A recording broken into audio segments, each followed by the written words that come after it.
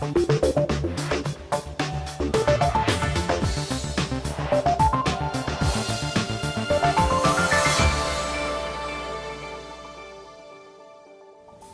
and welcome to the programme. I'm Nima Abouarde. Now, did you know that 40% of Saudi wealth is in the hands of women?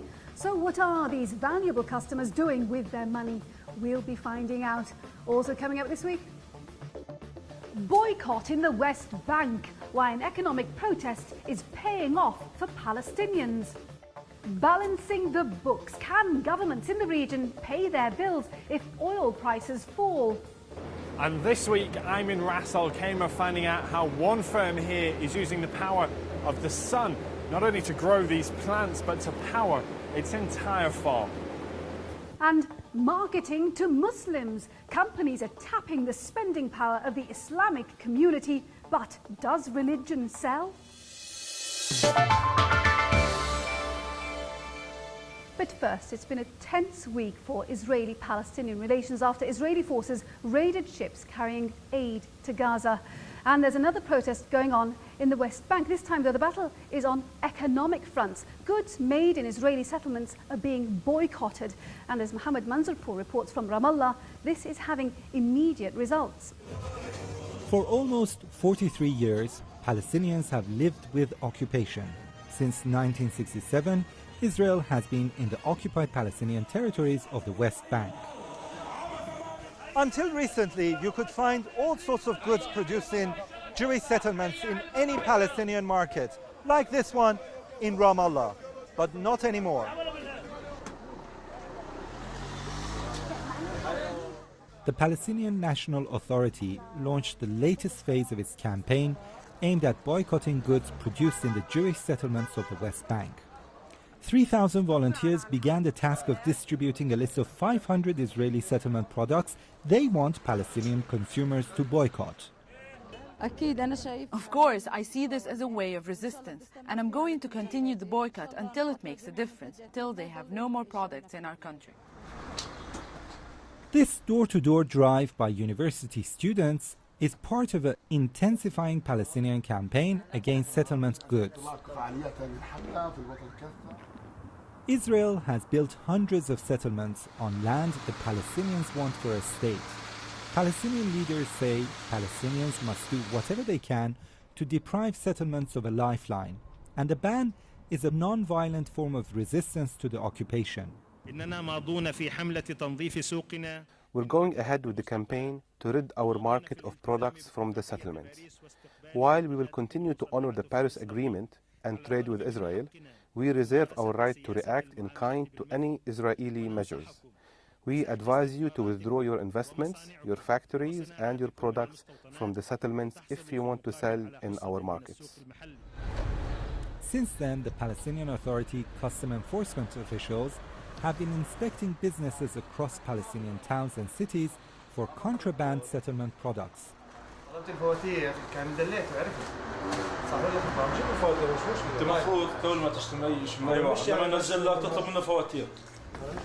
the boycott campaign is already inflicting some serious damage to settlement economy.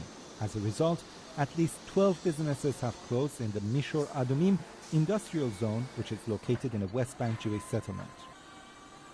We have one plate. We eat from this plate, Palestinian and Israeli. And for me, it's not important who is the owner of the area, even that I am Israeli. While the measures are likely to put some pressure on Israel, many say they will struggle to succeed where international intervention and peacemaking initiatives have also failed.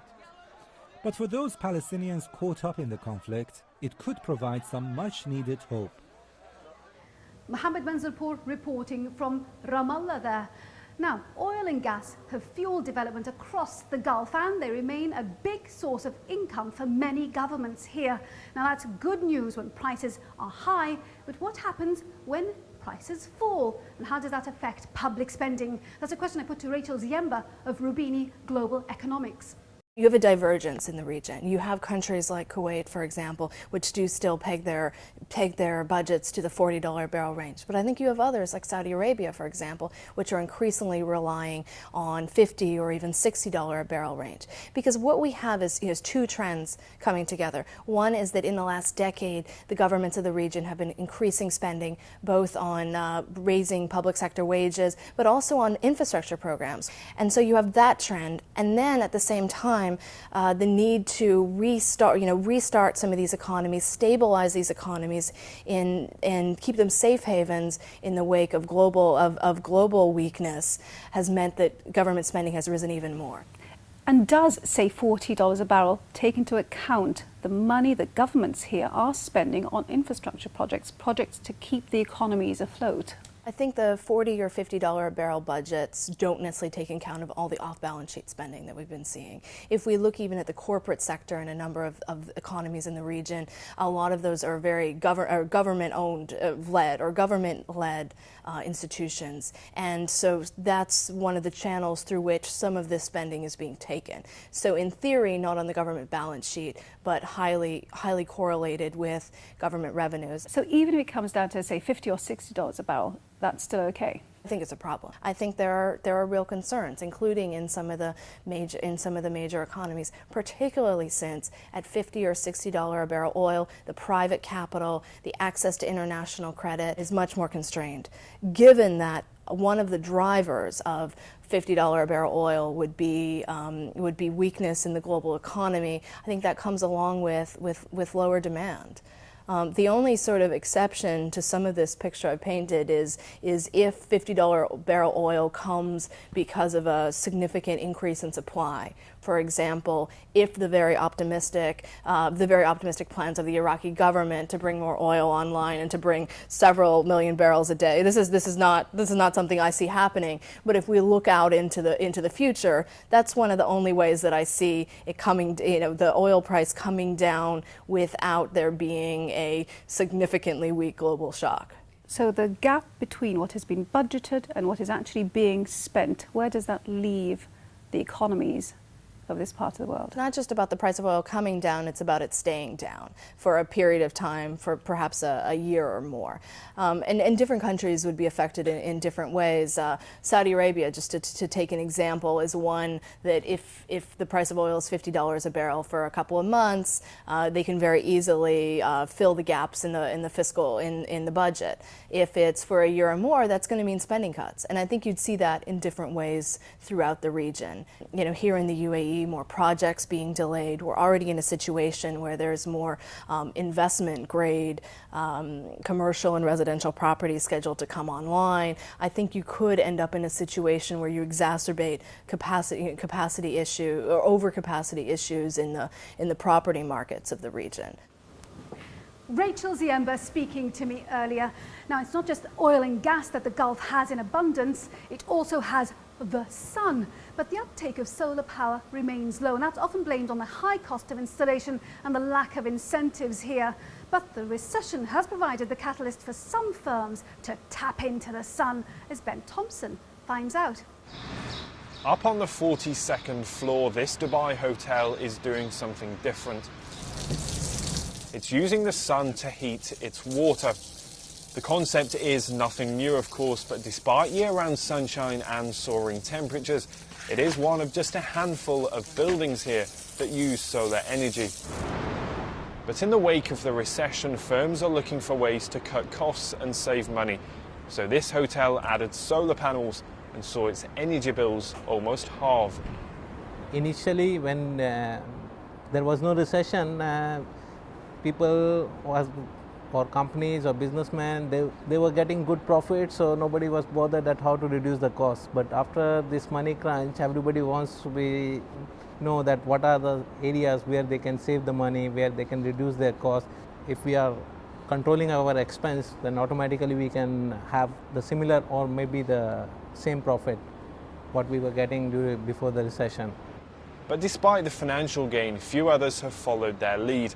Hundreds of new buildings have sprung up here in the last few years, giving developers the ideal opportunity to use solar panels from the start. So why is the technology not installed as standard? There are a number of factors. One is energy costs are relatively low, and so therefore that's a barrier.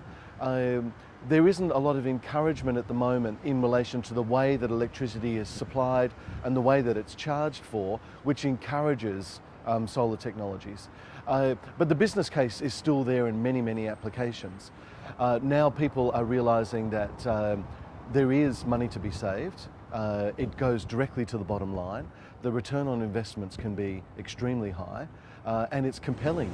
But far away from the tall towers and busy streets, this farm is also tapping into the power of the sun. It's a remote part of Ras Al Khaimah, but they're using solar energy to provide electricity. It's used for the fans that keep the greenhouses cool.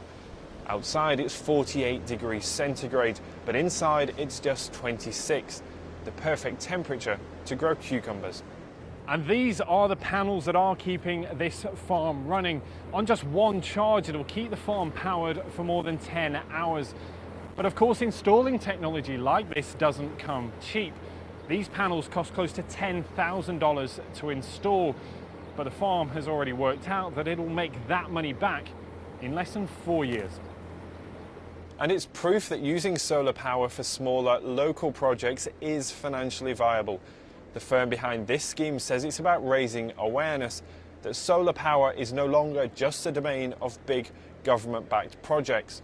Everybody thinks of the power is to replace the fossil fuel, which is, I don't think that's be applicable. But the possible thing right now is to use it in the daily life as an application on day-to-day for, I would say, off-the-grid application, because to the industry it's more appealing and the investors to go in very big projects. But it's not appealing to go piece by piece. There is not a ready-made product for such things. You can custom it, you can bring any solar panel and demonstrate it in any applications you need. It works, but you need to give it a try. And that is now the challenge. Persuading people here to give it a try hasn't been easy. UAE has one of the largest per capita energy consumption worldwide, and this is one of the challenges for us to educate and why to use renewable energy, especially solar systems. Now, it's more of the awareness which would definitely help organizations, companies, individual people like me or anyone would look into going green rather than the financial viability. But whilst having green credentials is increasingly important, cost is often still the deciding factor. And in a recession, that decision is even harder. But as the cost of solar technology continues to fall and traditional energy continues to rise, firms could find that tapping the power of the sun is a more lucrative choice than ever. So the future's bright for solar, as Ben Thompson just reported. We're going to take a short break now. When we come back, marketing to Muslims, why companies are tapping into the power of Islam, and women's financial clout is growing in this region, but what does it mean for business?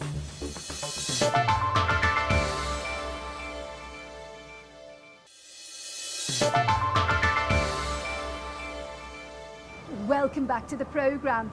I'm Nima Abu Wardeh. Now, when companies want to sell to a mass market, they usually look to countries with large populations, countries like India and China. But these days, businesses are turning their attention to another large group of people, Muslims.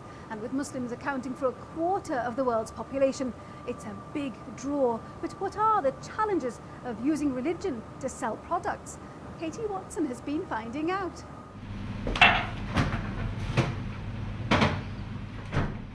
Sharif is a young Egyptian living in Dubai. He's a practicing Muslim, but for him, Islam is more than just a religion, it's a way of life. I think on average, if you look at the Muslim world, that people are really influenced by Islam, and it does concern them, even if they're not really strict religious followers. So for me personally, for example, I am concerned with the major pillars of Islam, like praying and fasting and giving money to the poor, etc. And I think it does really influence my decisions on a day-to-day basis. Marketing experts are starting to listen to the likes of Sharif. Countries with big populations such as China and India hold great power, but companies are also putting their efforts into selling their products to the 1.5 billion Muslims living around the world. When talking about products that appeal to the Muslim community, two words that are often used are Sharia and halal. Put simply, Sharia law is Muslim law. It's a guide to the way Muslims lead their lives. And if a product is halal, it's okay for Muslims to consume because its standards comply with that of Sharia law. Take, for example, meat, which is a very popular halal product. It's often labelled to show that an animal has been slaughtered to a Muslim standard. But to make a product truly halal friendly or Sharia friendly, it takes much more than just labelling. The halal market is worth about $2.1 trillion, and it's growing at $500 million a year. Companies wanting a piece of that have to understand how Muslims live their daily lives. Advertising agencies are taking advantage of this. Ogilvy & Mather, which is owned by WPP, one of the biggest agencies in the world, has just launched an Islamic branding unit because it thinks there's a need for specialist advice to companies wanting to sell to the Muslim market. If we think about marketing stereotypes, going back to the idea of the halal sticker, all it takes is for us to put a halal sticker and the Muslim consumer will be convinced this is halal. They go further than that. You don't have to be Muslim to be Sharia friendly. As long as you demonstrate values through your actions, through your communication, through the way you behave, through your initiatives that are in line with Sharia values, you will get to the heart of the Muslim consumer. Winning the loyalty of the Muslim consumer is the challenge. One way of doing this is to make products locally and employ people in the community. Unilever's Lipton Tea has been in the region for more than 70 years and has built up a reputation that Muslims are familiar with. But companies selling cosmetics and personal care have a harder time selling their products. Where there's a possibility of really treading in dangerous waters in terms of attraction and the mating game. This is, I think, where we need to have much more insight on how we could show this without really violating any of the cultural sensitivities. One way to get around cultural issues is to make different adverts for regional audiences. This deodorant advert focuses on the smell of the product in the Middle East. In Europe, the advert is about sexual attraction.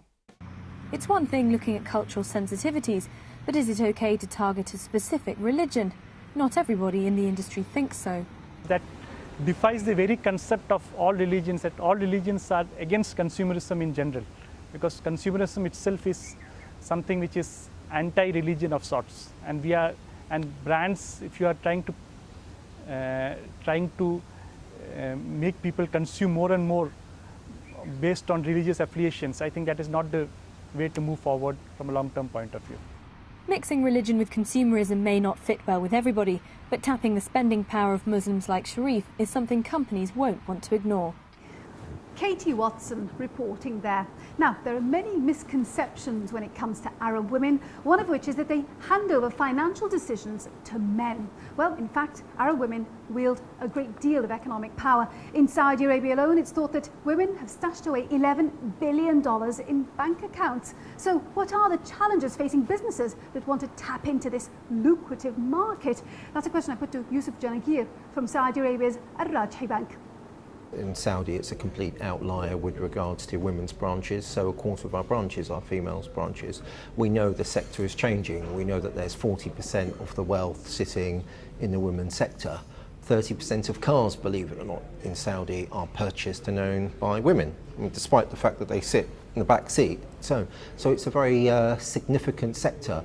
The problem is, in reality, most marketing departments in Saudi are run by men. What is it that women want that's different to what men want? I'm not convinced that there's fundamentally a great deal of differences in the actual product. I think there's a difference in the way you package and you communicate.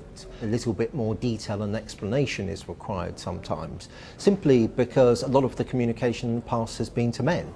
What have you found out that's been a big surprise?